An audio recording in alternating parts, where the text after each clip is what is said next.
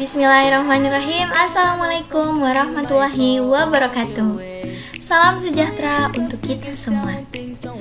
Baik, pertama-tama marilah kita panjatkan puji dan syukur atas kehadirat Allah yang Maha Kuasa, karena berkat dan rahmatnya sehingga kita selalu diberi kekuatan dan nikmat yang sehat. Salawat serta salam semoga selalu tercurahkan kepada junjungan Nabiullah Muhammad Sallallahu Alaihi Wasallam,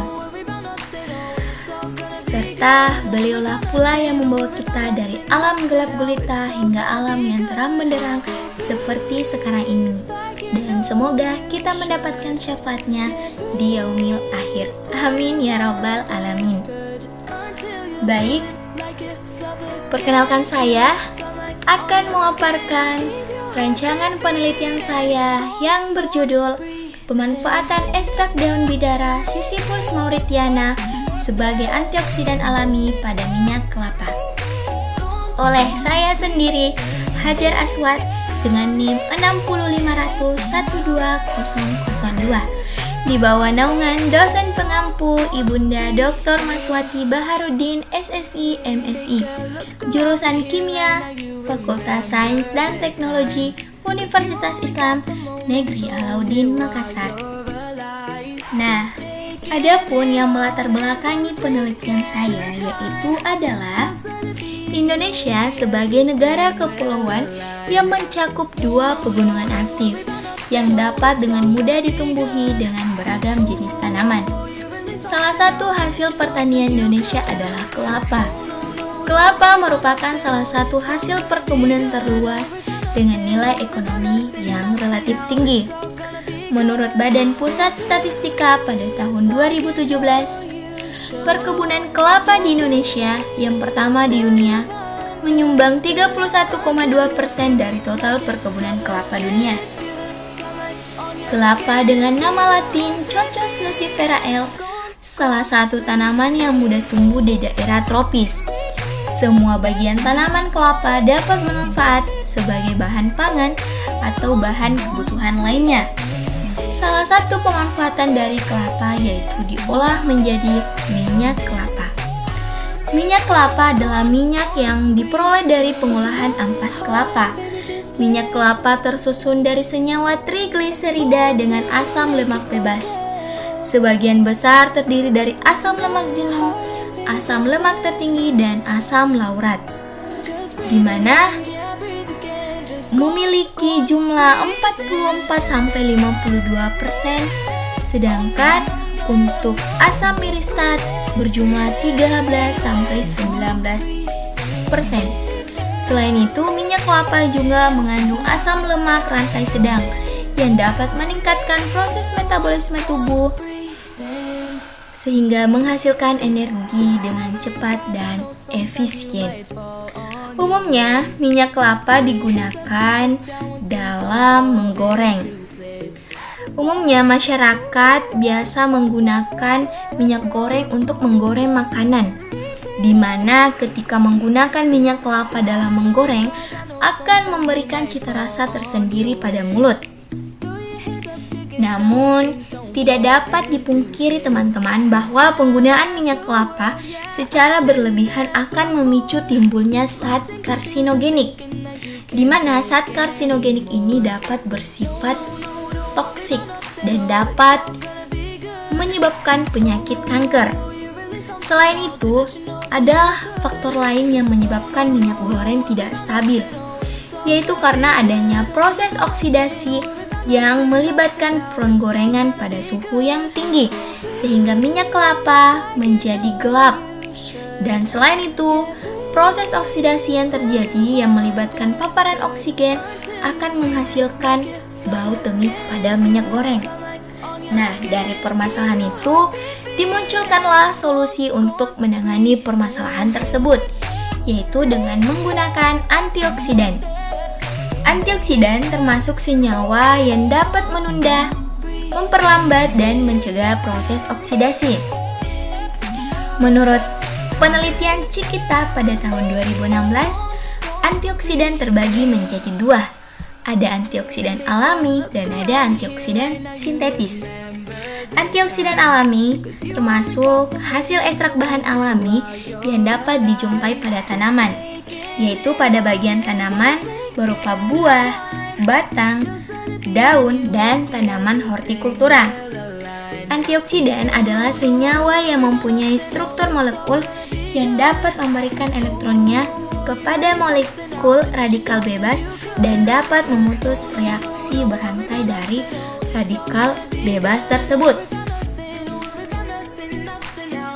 Nah, adapun yang mendukung penelitian saya untuk menjadikan antioksidan alami yang diperoleh dari beberapa sumber, itu salah satunya adalah daun bidara, di mana hal tersebut juga telah dijelaskan melalui firman Allah Subhanahu wa taala dalam Quran Asy-Syu'ara surah ke-26 ayat 7-8 yang berbunyi, A'udzu billahi minasyaitonir rajim. Bismillahirrahmanirrahim. Awalam yarau ilal ardi kam anbatna fiha min kulli zawjin karim. Inna fi zalika la ayatta wa ma kana aksaruhum mu'minin. Yang terjemahannya, dan apakah mereka tidak memperhatikan betapa banyak kami tumbuhkan di bumi berbagai macam tumbuh-tumbuhan yang baik. Sungguh pada yang demikian itu terdapat tanda kebesaran Allah, tetapi kebanyakan mereka tidak beriman. Adapun ayat tersebut menjelaskan bahwa Allah Subhanahu wa taala telah menumbuhkan setiap tumbuhan yang tumbuh subur dan memiliki banyak manfaat untuk makhluk hidup, di mana manfaat itu dapat diperoleh apabila manusia terus berusaha dan mencari dan memanfaatkan sumber daya alam yang Allah telah sediakan. Salah satu pemanfaatan dari yang Allah ciptakan adalah tanaman kelapa, yaitu memiliki kandungan senyawa yang dapat digunakan sebagai minyak kelapa dengan tambahan antioksidan alami berupa daun bidara. Kemudian ada yang mendukung penelitian saya, yaitu pada penelitian terdahulu, yaitu pada penelitian Aryono tahun 2017 menggunakan sampel wortel, ekstrak cair nanas, ekstrak cair pepaya muda, dan ekstrak cair tomat dengan menggunakan metode maserasi. Hasil yang diperoleh yaitu umur simpan minyak kelapa diperoleh 37-41 hari untuk belangko yang disimpan dalam botol kaca gelap dan terang, 41-45 hari untuk penambahan ekstrak cair nanas, dan penambahan ekstrak cair nanas diperoleh 30-32 hari dan 63-64 hari. Kemudian pada penelitian Octavia tahun 2019, ekstrak daun menggunakan ekstrak daun teh hijau Camellia sinensis dengan menggunakan metode maserasi. Hasil yang diperoleh yaitu mampu menekan angka peroksida pada minyak kelapa sebesar 1,5.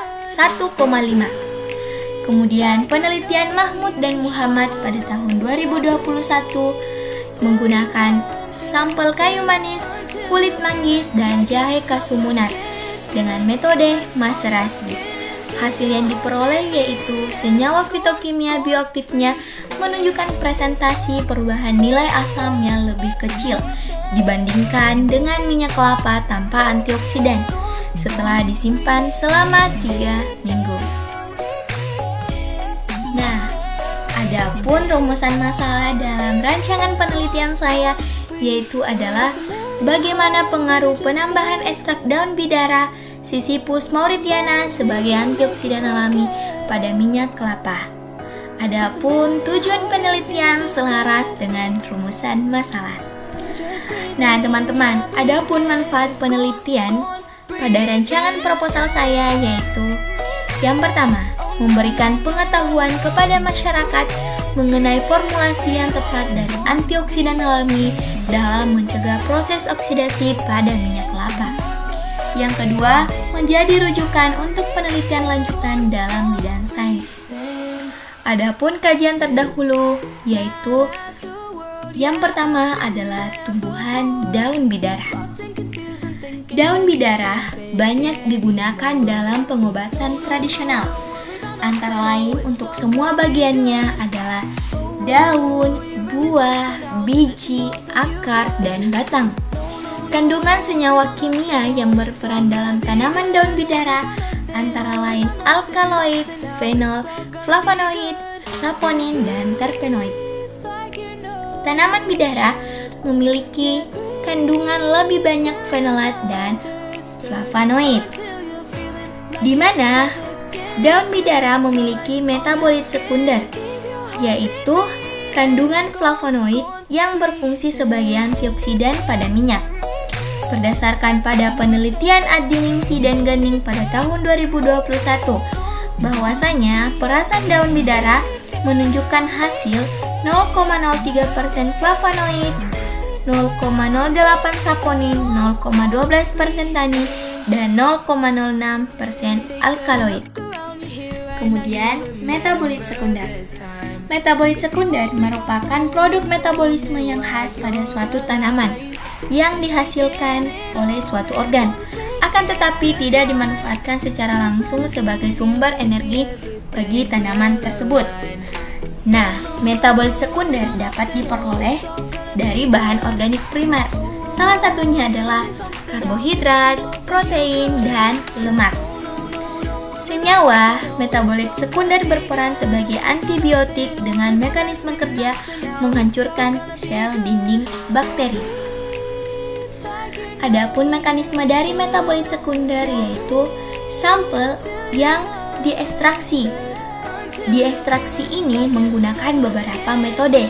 Salah satu metode yang saya gunakan adalah dengan menggunakan metode maserasi untuk menghasilkan senyawa murni, dan uji kemurniannya bisa diperoleh dengan menggunakan elusidasi struktur data spektroskopi.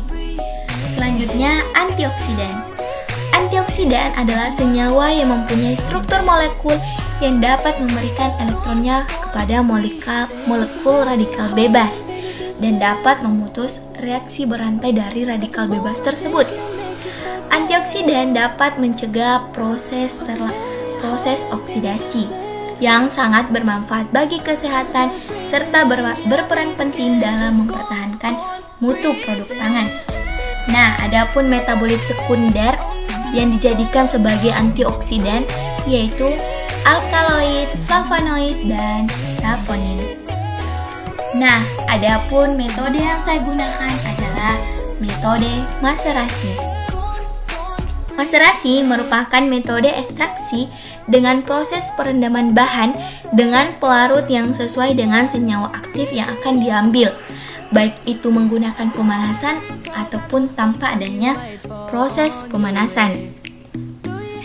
Nah, pada proses perendaman pada metode maserasi, sampel tumbuhan akan mengalami pemecahan dinding dan membran sel akibat perbedaan tekanan udara, tekanan antara di dalam dan di luar sel, sehingga metabolit sekunder yang ada dalam sitoplasma akan terlarut dalam pelarut organik. Pada saat proses perendaman sampel terjadi pemecahan dinding sel dan membran sel yang diakibatkan oleh perbedaan tekanan antara luar sel dan bagian sel, sehingga metabolit sekunder yang ada dalam sitoplasma akan pecah. Selanjutnya, adapun instrumen yang saya gunakan adalah gas kromatografi mass spektrofotometri atau bisa disingkat dengan GC-MS. Nah, GC-MS merupakan teknik kromatografi gas yang digunakan dengan bersama spektrofotometri massa, yaitu proses pemisahan dalam fitokimia untuk memisahkan kandungan senyawa di dalam suatu ekstrak menjadi senyawa murni. Kemudian menghitung jumlah atom dan molekul yang terkandung di dalamnya. Nah, teman-teman. Adapun metode penelitian dalam proposal saya yaitu waktunya akan dilaksanakan pada Januari sampai Maret tahun 2000. Mohon maaf ya teman-teman, pada tahun 2023. Tempatnya yaitu Laboratorium Analitik, Laboratorium Riset, Jurusan Kimia, Fakultas Sains dan Teknologi, Universitas Islam Negeri Alauddin Makassar. Adapun alat yang digunakan dalam penelitian saya yaitu gas kromatografi mass spektrometri, neraca analitik, Erlenmeyer, hot plate, corong pisah, corong buncher, inkubator, baret, centrifuge, vortex, viskometer, color chart spectrum, pignometer, oven, batang pengaduk, gelas kimia, gelas ukur, labu leher 3 dan rotary evaporator. Adapun bahan utama yang saya gunakan dalam penelitian saya adalah Aquades dengan rumus molekul H2O, daun bidara, Sisyphus mauritiana, etanol dengan rumus molekul C2H5OH, dan tentunya minyak kelapa. Adapun prosedur kerja pada penelitian saya yaitu yang pertama adalah pembuatan minyak kelapa. Nah, dalam pembuatan minyak kelapa ini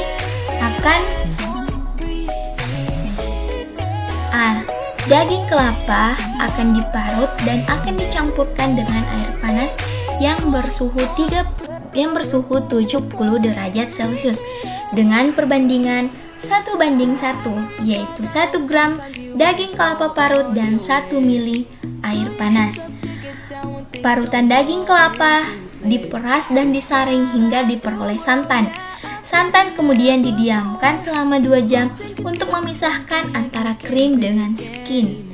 Krim santan diambil dan dipisahkan pada suhu 80 sampai 90 derajat Celcius hingga menghasilkan minyak dan blondo.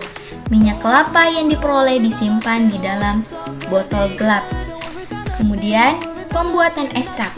Nah, dalam pembuatan ekstrak daun bidara itu dilakukan dengan menggunakan metode maserasi, di mana daun bidara dikeringkan pada suhu ruang dan setelah kering maka ditimbang sebanyak 1,5 kg dan dihancurkan dengan cara di blender hingga diperoleh serbuk daun. Kemudian direndam dengan pelarut etanol 69%. Kemudian maserasi dilakukan sebanyak 3 kali 24 jam sehingga terjadi kesetimbangan antara konsentrasi senyawa dalam pelarut dengan konsentrasi dalam sel daun. Ekstrak yang diperoleh akan diuapkan menggunakan rotary evaporator pada suhu 40 derajat Celcius hingga memperoleh ekstrak kental. Kemudian dilakukan uji DPPH.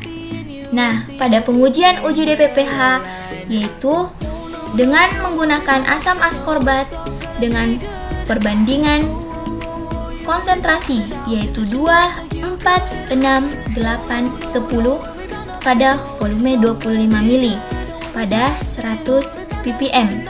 Kemudian ekstrak yang digunakan yaitu konsentrasi 20, 40, 60, 80, 100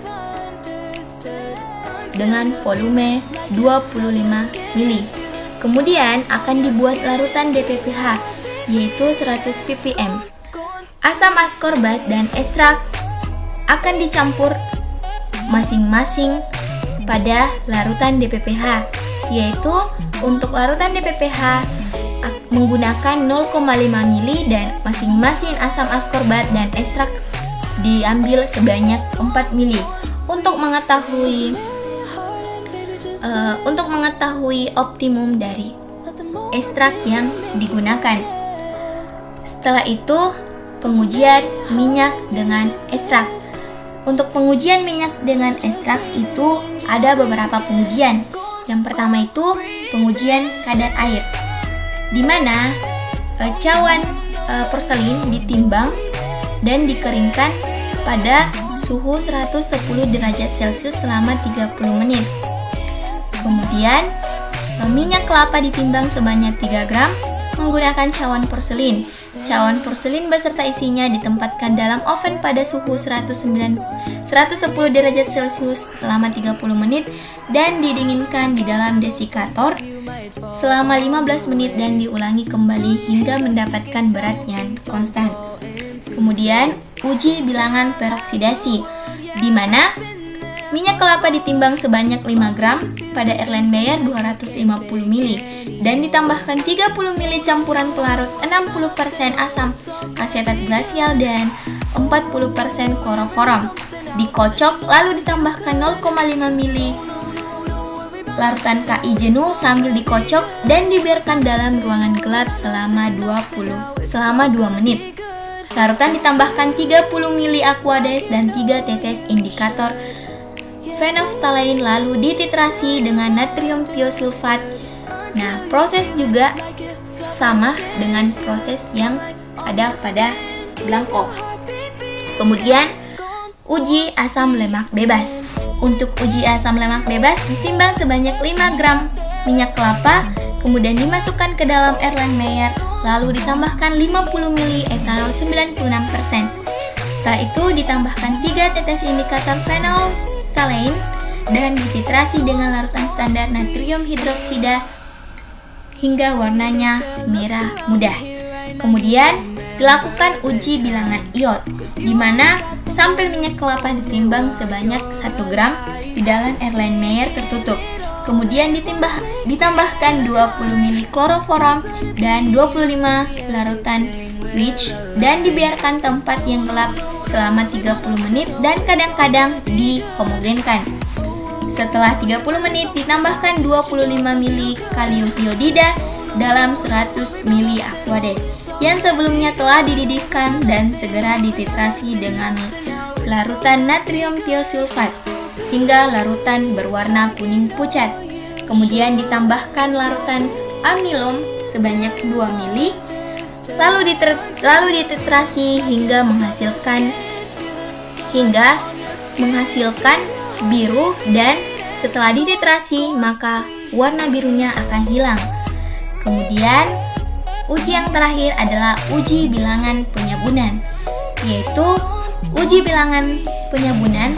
Pertama-tama ditimbang minyak kelapa sebanyak 3 gram ke dalam Erlenmeyer 200 ml, kemudian dilarutkan dalam kalium hidroksida sebanyak 50 ml.